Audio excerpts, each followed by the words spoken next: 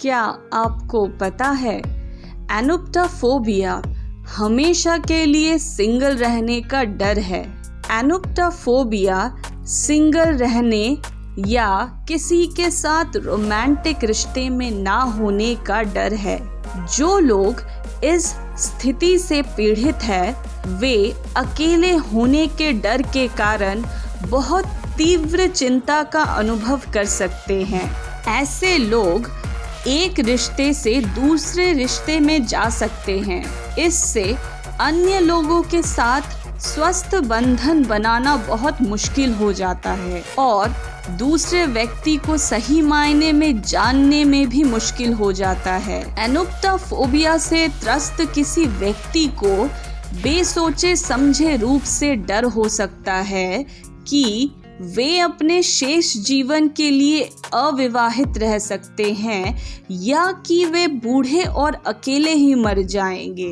दोस्तों, जैसे कि हमेशा के लिए सिंगल रहने का डर को एनोप्टाफोबिया कहते हैं, वैसे ही प्यार में पड़ जाने का डर को फिलोफोबिया कहते हैं।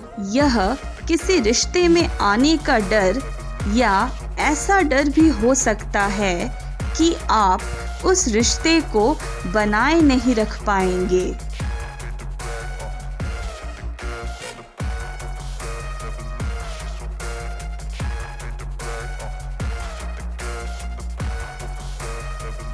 क्या आप जानते हैं, अध्ययन से पता चलता है कि यदि आप अपने आईने के सामने बोलते हैं या खुद से एक दोस्त की तरह बात करते हैं और खुद को प्रोत्साहित यानी मोटिवेट करते हैं, तो आप मानसिक रूप से और मजबूत होंगे।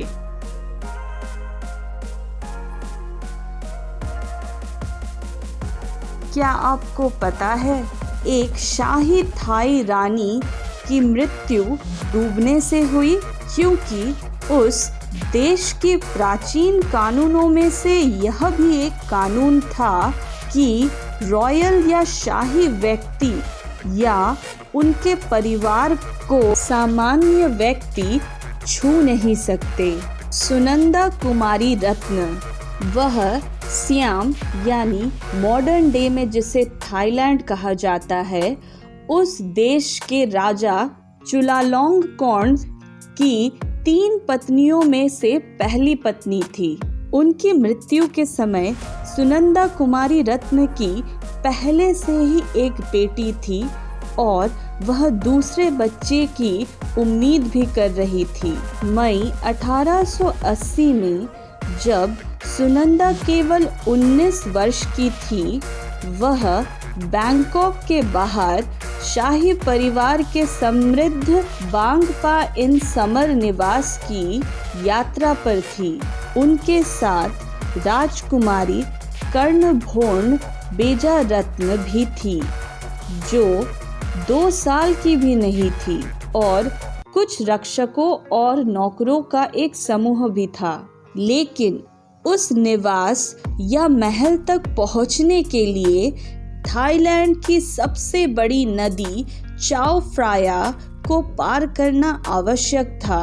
रानी और राजकुमारी को एक अलग शाही नाव में ले जाया गया, जिसे एक बड़ी नाव द्वारा नदी के ऊपर ले जाने के लिए घसीटा गया। लेकिन वह शाही नाव तेज धाराओं में पलट गया और दोनों पानी में गिर गए। शाही दल में से कोई भी उनकी मदद के लिए आगे नहीं बढ़ा।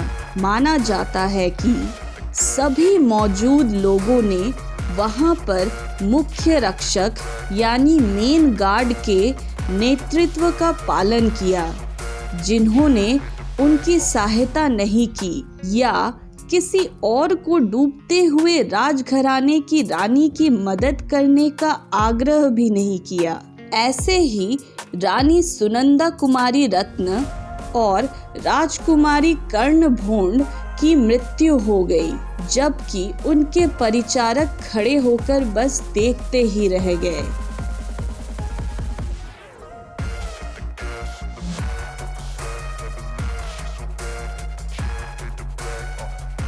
दोस्तों, जब भी हम कहीं नया फ़ोन खरीदने के लिए जाते हैं तो बहुत सारी बातों में से एक बात पे ज़रूर ध्यान देते हैं कि उस फ़ोन में कैमरा कितने मेगापिक्सल का होगा।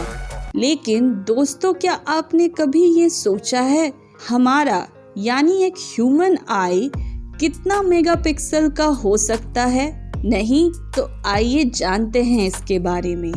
वैज्ञानिक और फोटोग्राफर डॉक्टर रॉजर क्लार्क के अनुसार मानव आँख का संकल्प 576 मेगापिक्सल है। यह बहुत बड़ा है जब आप इसकी तुलना लेटेस्ट आईफोन 13 प्रो मैक्स के 12 मेगापिक्सल के कैमरे से करते हैं। इसीलिए अपने आँखों का ख्याल रखें।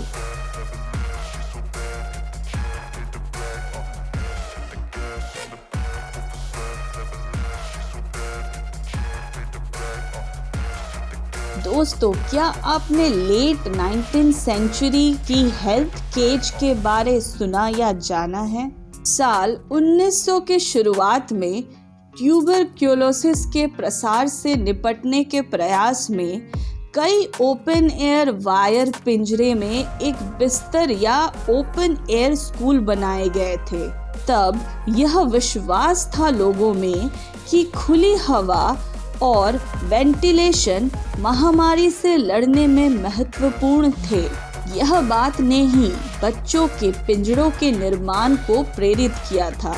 जैसे कि आप इस तस्वीर में देख रहे हैं कि एक बच्चा पिंजरा में बंद जैसा लग रहा है, जो कि शहर के अपार्टमेंट की खिड़कियों से बाहर तार के पिंजरे में एक बिस्तर में है। यह हेल्थ केज का आविष्कार श्रीमती रॉबर्ट सी लाफार्टी ने भीड़-भाड़ वाले शहरों में रहने के दौरान बच्चों को ताज़ी हवा और धूप प्रदान करने के लिए किया था।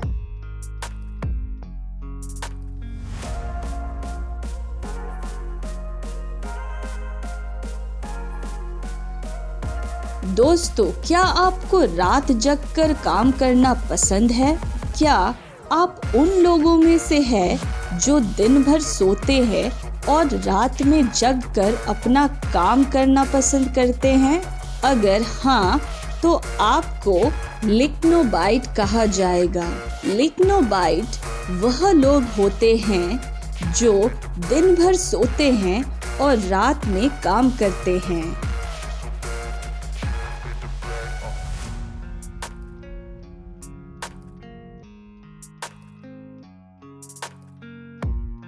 अक्सर जब कोई व्यक्ति रोना शुरू करता है तो उसका दिमाग उसके रोने को बढ़ाने के लिए अक्सर अन्य पास्ट के दुखद घटनाओं को याद दिलाता है, जिससे वह व्यक्ति कुछ देर के लिए काफी मायूस हो जाता है। दिमाग भी कितना अजीब और विचित्र अंग है ना?